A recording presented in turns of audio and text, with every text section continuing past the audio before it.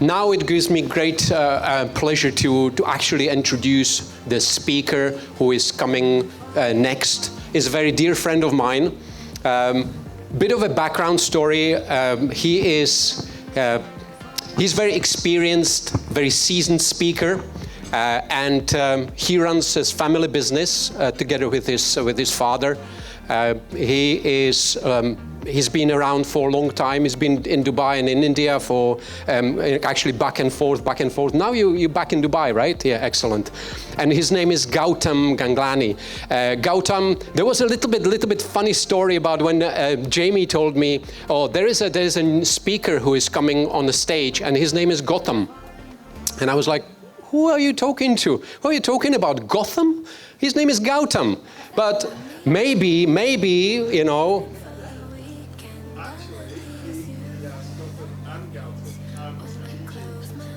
Well, there you go. You didn't know that bit, so did you? Gautam from Gotham, I don't know, anyway. From Gotham City, all the way from Gotham City, let's welcome Gautam Ganglani. Thank you, Vitek. Good afternoon, everyone. Fantastic. What a fantastic start to the day we've had from the speaker and the panelists earlier today. I think the energy, the information, it was really, I saw very few mobile phones unless they were taking pictures of the screens, which is always a good sign. People were taking notes, people were having discussions. I could sense people having aha moments. And I really hope from what I share with you today, you also have some aha moments, some takeaways. And most importantly, you know, I've attended many seminars, conferences, thank you, around the world. And, you know, what's most important is there are a lot of ideas, but ideas put into action is where you have the experience of the results. So do take notes of whatever thoughts come to your mind. On a lighter note, yes, my name, having been born and brought up in London, UK, the pronunciation of my name was Gautam. And friends who couldn't pronounce that, then, you know, my Indian pronunciation is Gautam, which is closer to Gotham City. And as you get to know me personally, then obviously I'm more than happy. My friends call me G or GG. So all of the names are perfectly fine, but just the clarity and the concept on a lighter note. Excellent. So here we are today, and we'll start with this question. So what do the following 4 people on the screen have in common? I believe Oprah Winfrey's there, Roger Federer, Narendra Modi, and Richard Branson. Yes. Social presence, yes. They're successful, they're speakers. R in the name. There's an R in the name. Wow, that's a new one, but absolutely right. Anyone else? Anyone else? They're passionate about what they do? You don't follow anyone. Fantastic. They're all smiling. All those answers may be correct, but the answer I was looking for is none of them have had the pleasure of meeting me. So my name is Gautam Ganglani, and that was, on a lighter note, how many of you read the book Start With Why by Simon Sinek? A lot of you. If you've not read the book, you're familiar, either watched his videos. And one of my coaches, and I've had many over the years for different times in my life, and something I highly recommend to everyone is to have a coach, whether it's a life coach, business coach, executive coach. A lot of us have had fitness coaches. And to me, this coach really dug deep to ask me, why do I do what I do? And I do ask each of you to really take time to have a conversation with someone you trust and understand why you do what you do. Now, when I had this experience with this coach, he helped me to understand that the reason I do what I do today over the last 30 years was because of a childhood experience. I will share it briefly with you so you get the context, but I was born and brought up in London, UK, as I mentioned to you, and at the age of 13, I went through what I'd say a very difficult experience, not uncommon to many, but I was bullied, I was teased, I was humiliated, I was made fun of. And that made me, you know, impact my self-esteem, my confidence. You feel isolated, you feel insecure, and all these negative emotions put me in a very difficult space. But I'm grateful that I had my dad with me. And when I went to him and I said to him, Dad, nothing makes any sense. I'm lost. I'm confused. What should I do? And he said, I'm going to give you 3 pieces of advice. But before I give you those advice, I want you to understand 2 things are in common. No matter in your life, wherever you are, change and challenges are 2 common factors. It doesn't matter how successful you become, change and challenges are going to be constant in your life. And if there was any exceptions or any, COVID was a reality check that no matter who you are, we all went through a difficult time during COVID, and it was about how we responded to that. And he said the 3 pieces of advice I'm going to give you, and I really encourage you to note these 3 down, is that whenever you face a challenge in life or when you face a bottleneck, the 3 pieces of advice he gave me are, firstly, surround yourself with the right people. People who uplift you, encourage you, inspire you. People like the people in this wonderful network, the Connect Circle. People who are here to support you. Secondly, continuously learn. Learn from people, learn from books, learn from podcasts, learn from your experiences. Today, I may be a 30-year business, family business, but people tell me, wow, 30 years. I said, no, but I'm 30 years experience, but I'm a startup with 30 years experience. Because if you have a startup mentality and mindset, that will help you to be open to learning. We all have to embrace technology. We've heard it today. We all have to embrace AI in our businesses. It was not there 10 years ago or 20 years ago. So second advice was, continuously learning. And the most important part was take action. So in summary, surround yourself with the right people, continuously learn, and take action. Those are the 3 pieces of advice he gave me. I changed schools. I had a great set of friends. I suddenly started learning because I was in the right mindset. And above all, I took action. And, I've never looked back. Whenever I come across any challenge or bottleneck in my life, I realize, who do I need to surround myself with? What do I need to learn? And what action do I need to take? And that will help you have a breakthrough. Yes, that's my dad. It's a father and son family business of 30 years. Abundantly grateful to him. This is a bit about our business over the 30 years as I've shared into executive coaching, training, and speaking. Happy to chat more about that in later. But today, I really want to focus on, let's have a show of hands. What is breaking bread? For someone's heard the term breaking bread, what does it mean to you? Yeah. Sharing. Sharing, wonderful. Yeah. Family community. Anyone else? Fat. Sorry? Fat. Fat? Possibly, if we break bread too often, we will become fat. Yes. In Polish, is sharing bread means that you become friends and you get to know each other, and it's the biggest trust. You put trust into something. Absolutely, absolutely right. Yes. It's the same. Where I come from, when you break bread with someone, means you're opening the door for trust and loyalty and having each other's back. Fantastic. These 2 that you've just shared is where breaking bread was formed. Obviously, over the years, it's evolved, where breaking bread is having breakfast, lunch, dinner, coffee with another person. There's an energy exchange. What I'm going to share with you today are 5 ways to break bread. So there are 5 ways to break bread. This is in my book, in my interviews that I've done on podcasts, and these are 5 ways I'd like to encourage each of you to break bread. When you're out there networking at events like these, you're presented with coffee breaks. Lunch breaks are after my speech today, and one thing I want you to take away further to what you've learned today is really to have meaningful conversations in the lunch break that's coming up. All right. So breaking bread is all about human connections, yes. So the first one is what I call breaking bread. I've written business breakfast here. So how many of you take time to meet a friend for breakfast, have lunch with your team, have dinner with family? That is breaking bread in different forms.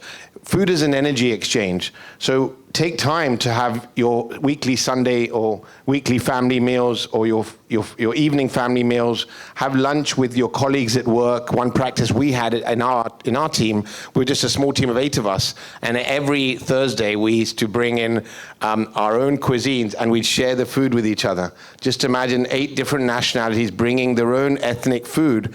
the kind of bond in sharing each other's food was priceless. I mean, I got to taste food from another culture and vice versa. And our relationship till today, the team members who I was with would tell me, Gautam, that was a game changer in our relationship, in our loyalty, with the sort of the camaraderie that we had as a team, because that food energy exchange. So I really ask you to think about where in your life can you have breakfast meetings, lunch meetings, or coffee meetings, because that is a wonderful opportunity just to slow down.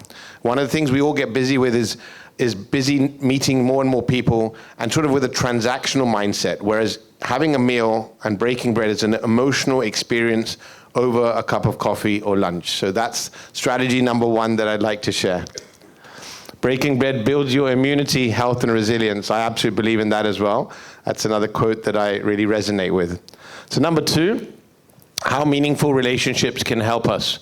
So in my trade, and I share with you my experience, but I want you to think about, based on the experience that I share, how can you apply that in your business?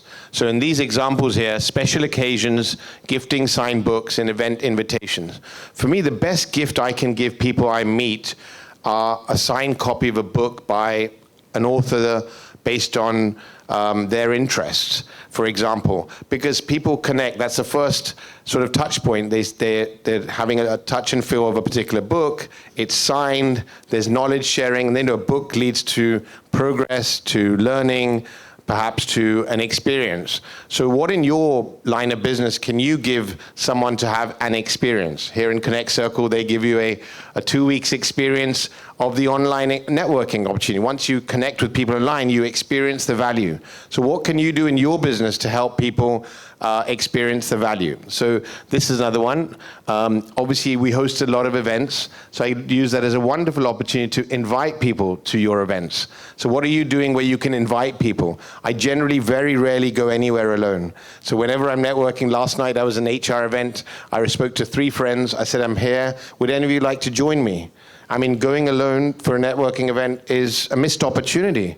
So when you go for an event, even a social event, who can you take with you? So do consider these. Well, okay, breaking bread is about connecting personally with authenticity. It's not just about, as I said, I've seen events where people just exchanging cards and come back away with 15, 20 cards. I have a mindset that I want to connect and have a meaningful conversation with at least 5 people. And to me, when you have that, you set that intention, you have a conversation is where you can actually write an email to the person after the event. If you can't write an email and you're just sending a LinkedIn message and saying, great to see you at the event, that's a transaction. It was great to see you, event. I really appreciate what you shared with me about X, Y, or Z. That's an emotional connection and a message you're sharing beyond just connecting. I've seen people just send me connect messages, and it's like, okay, just add. I mean, I don't even remember the person because it was just a connect. So that's something which I really encourage each of you to connect authentically. We talked about, I think one of the messages they shared earlier was about, I liked the message that he shared in the morning. It's not about your speaking, it's about we're solving problems as a problem solver. And this is another way I find breaking bread adds tremendous value, is how can we help more people? The more people we can help, we build what we call an emotional bank account. And to me, that's the most important bank account, the relationship capital, the emotional bank account you have with your people that you meet and interact with. So it makes it more memorable because they see you as someone who's helpful, who's authentic, who's genuine, and that's something that really is important. So you're seen as a solution provider and not someone who's saying, looking for business. And when you're out there and you're there to connect, to help, contribute with ideas and bring people together, by default, you're memorable. And when you're memorable, you're top of mind. And if you're top of mind, they're going to reach out to you to say, oh, I want to connect with you, and I have a need, and you suddenly get a need. But it's all because you've been building those genuine, meaningful connections when you're out there and solving problems. I love it. Another one of the strategies when people reach out to me to say, I'm looking for this service, and if it's not something I can provide, I've seen people say, sorry, we don't provide that service. that is a missed opportunity. I'm saying that's not something I provide, but I'd be happy to introduce you to someone who I think could be better, who could do that exactly what you need. Wow, that person, whilst he wasn't able to serve me, he was more than willing to refer me to someone else. That makes you tremendously memorable, and as someone who's kind, helpful, and supportive. It's not just about me being able to do business. You've built credibility with the person you're helping, and you're building credibility with both parties for future opportunities, you know? Building strategic partnerships. So to me, what's your line of work that you're in? Who are what we call strategic collaborators in your business? You know, each of us have a core business. For me, for example, in the business of coaching, training, and speaking, a good service provider for me or partnership would be someone in recruitment. Why? They also work with people in HR of organizations, but they're not competing. So who in your business can you partner with as a referral partner where you've got the same target client, but you're not competing, and you have that abundance mindset where you can collaborate with each other? So do take a moment to think, who in my business has the same target client? For me, it's HR conference organizers, it's someone who has a business magazine, it's someone who's in recruitment. None of them compete with me, and we're great referral partners. So take a moment to see who can you identify, and then going back earlier, find ways to break bread with them, to say, I see a synergy in the kind of work we do. I'd love to grab a coffee and be helpful, and that nature of sort of supportive. So this has been a great strategy for me in building our business over the 30 years, that we have like 10 strategic referral partners from industries where they have the same target audience. So I'd encourage you to look at that as well.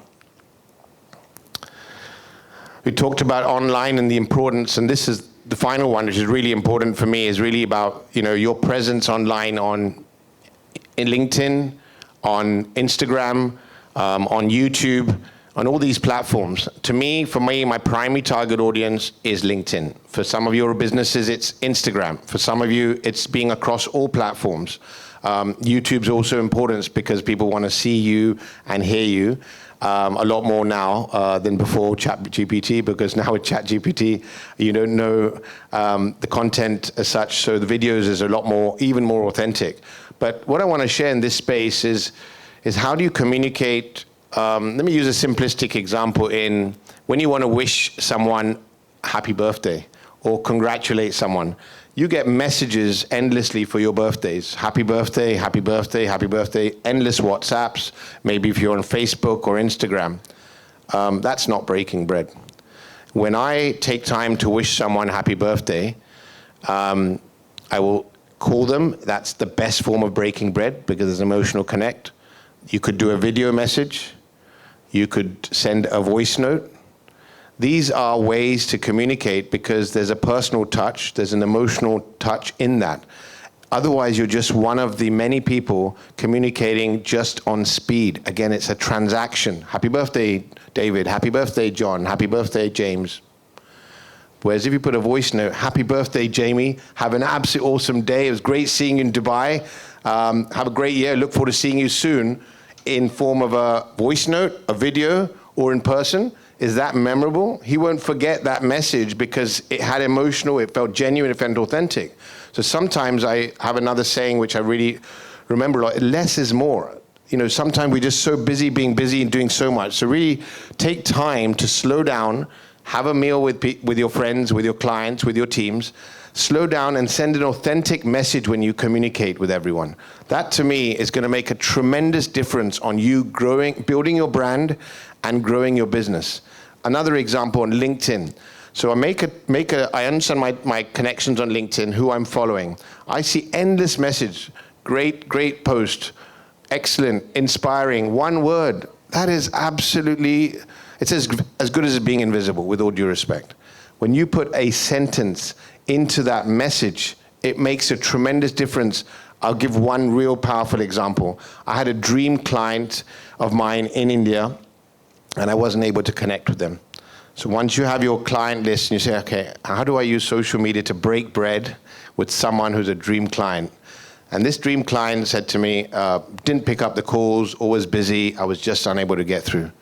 So I sat quietly and said, what do I need to do differently to connect with them meaningfully and make an impression that makes them want to meet me. So I identified the HR director of this company. She saw she was active on LinkedIn, and I followed every time she posted, which is potentially 3 times a week.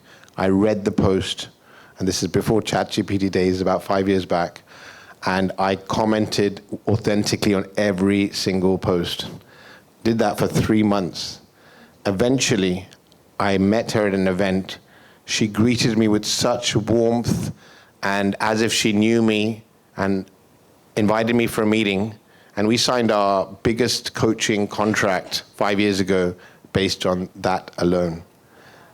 So I share that example. It came to me, and I really encourage you that I want to do 3 months of personalized messaging on your direct client's LinkedIn post result in a huge contract. And that is possible for each one of us.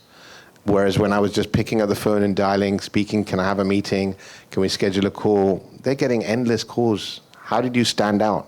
And that was because you were breaking bread, emotionally connecting with her message, making her feel acknowledged, appreciated on that. So in any form of life, be it LinkedIn, be it anyone. So breaking bread builds global cultural relationships. As I said, one of the greatest things I love is I have friends of multicultural societies. I've lived in London, Dubai, and Mumbai.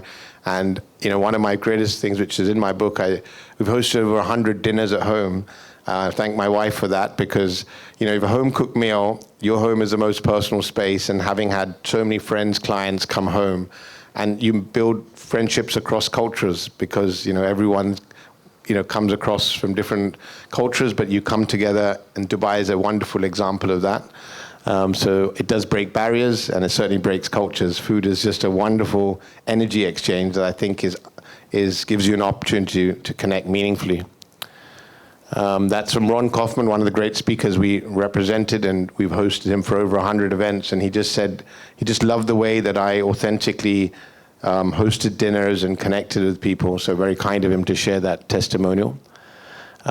Breaking bread works in person and virtually. Whilst the original way of breaking bread was breakfast, lunch, and dinner, but virtually, as I explained in the social media form, it also is a wonderful opportunity for you to connect with people through WhatsApp, through LinkedIn, through Instagram, through email, but do it authentically with meaning and emotion.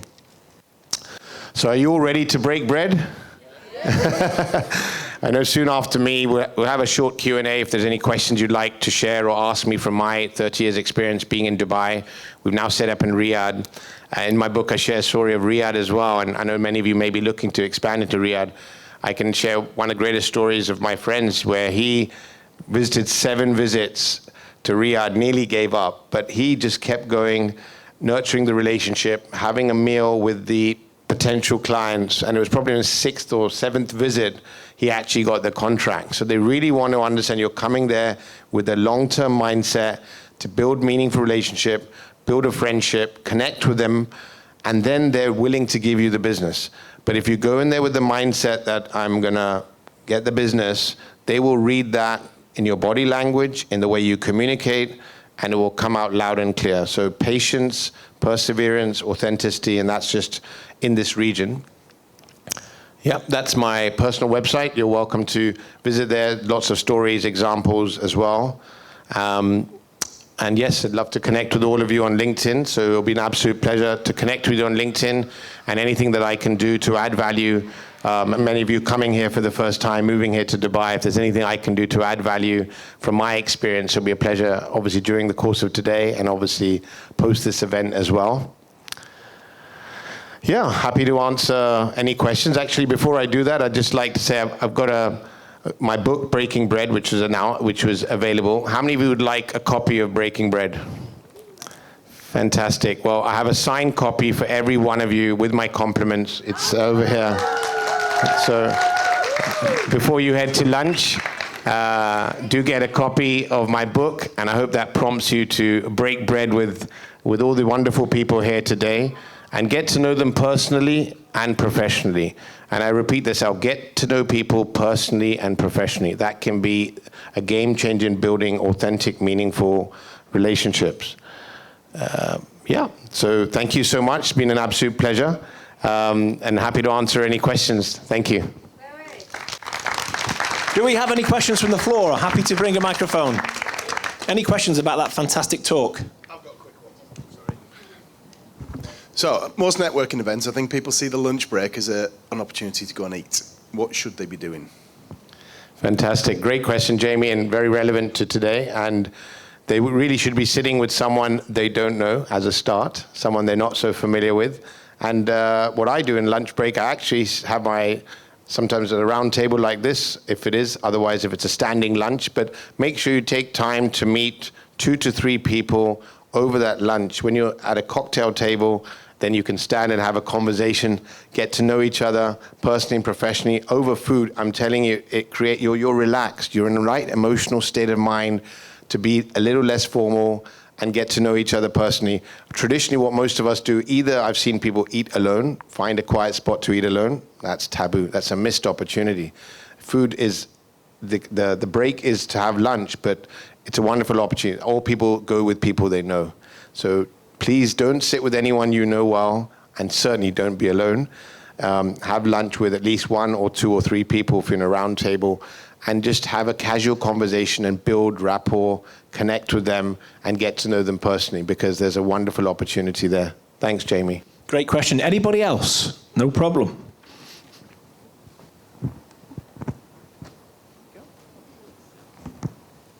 It's more of a, not a compliment, because I don't give compliments. That was really good. No, I don't give compliments, but it is what it is. So that was really, really good. I loved what you said about how many people you've seen in the sort of professional arena where if they can't help someone, they just say, right, that's it, I can't help you. I love making up words and terms and stuff. And so a few years ago, I made up complimentary competition, as in you complement each other, because no one can, you can sell the same or provide the same service or product or whatever, but no one's going to do it exactly the same as you. And not everyone's going to want you, but then that's why you have to build up these relationships to make sure at the end of the day someone gets what they're actually looking for. And also, yeah, make a mate, a friend, whatever. Fantastic. Thank you for sharing. It actually triggered a thought in my mind, is that sometimes we think of meeting people in this room, for example, who would help us or we may be able to help. But actually it's a wonderful opportunity to meet people where you can actually help other people in your network. I mean, to me, I have literally 50 people in my mind at any given time, from people I've known who don't directly connect with me on my business, but I am busy happily referring people all the time. It's my biggest joy, actually, and that's how the book break. It's my biggest joy is connecting people, bringing people together. Sometimes it's out of simple sport like paddle. In 4 weeks, I started paddle 6 months ago, and within 4 weeks, from 4 people, we were 16 people playing paddle. It's been 6 months, 16 people every weekend playing paddle. That's an example. I could have just left it to 4 of us. It happens every week. But my personality and my nature was like, who else would like to join a group? Who else would join? Now it's 16 of us. And what a kind of relationship in 6 months of playing paddle every week. So, you know, it could be going for a concert. It could be going for a movie. Who else can you bring in who would have a similar interest? That's a great way to build professional friendships, and sometimes those become personal as well. So thanks for sharing. Yes, Rupa.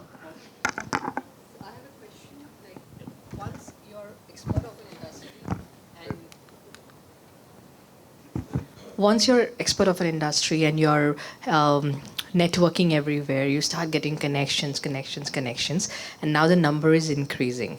Now you have limited time, obviously you cannot give, and personal connections, you need to give time to the other person. It's not like email marketing or something. Now to give that personal connections, now your connections have increased and your time is the same. So how do we, other archive works generally when we scale up in business, we delegate to employees, secretary, team, managers, we keep on doing the layers. But can breaking bread be delegated? Like, will your connections feel the same? How do you manage this and make sure that you don't lose those connections? At the same time, everybody gets that time that they need. Otherwise, they'll go to somebody else. It's a very, very good question. So there's no right answer to this, but I'll share from my experience. So there have been many times when I want to connect someone and I don't have the bandwidth and the time. I also don't want to forget because I really want to make that connection. And I quickly have said to the person, I'm in a busy space. I really want to connect you. Is it okay if I do the same with a quick voice note? And I'll give you the person's message. And I feel I can do that instantly. So I'll just send a voice note. Hi, Rupa. I just met with Jamie this morning. I think he'd really be a good connect. He'd like to have a conversation with you. I'm going to share your number with him, and you can take it forward.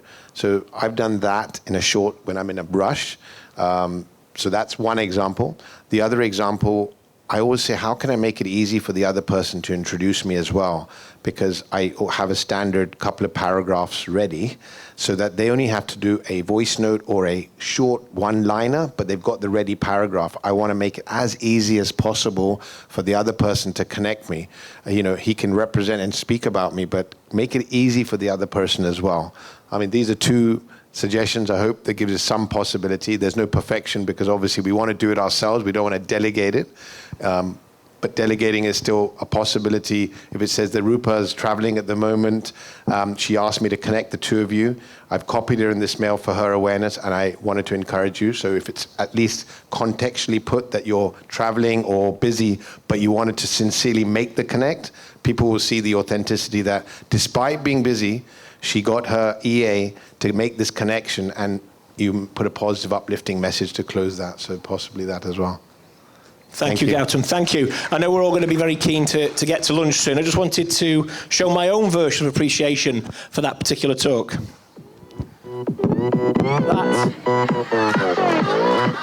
That is what I call Gautam style. I hope you don't mind that. And I also wanted to take my direct learning, actually, if you don't mind, given we've just heard from some fantastic people in the room, to do exactly what you just said.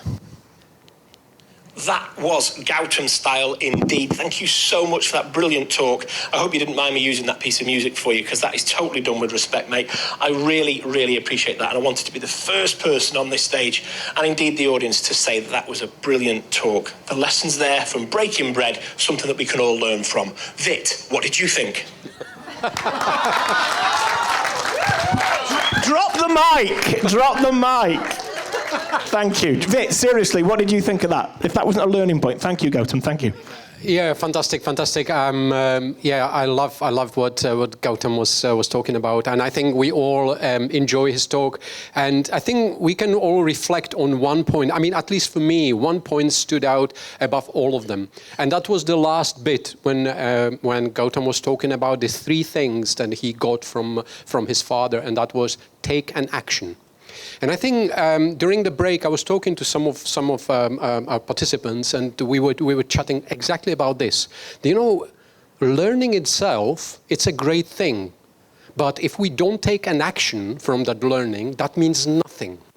So the value from this event is not from learning, but from taking action. And I think that's really the most important for me, what Gautam just stretched, the point he was making. And it's really important for me in any kind of event. And I think I wanted to kind of focus on that, because that's really, really, really important. Take an action. Yes.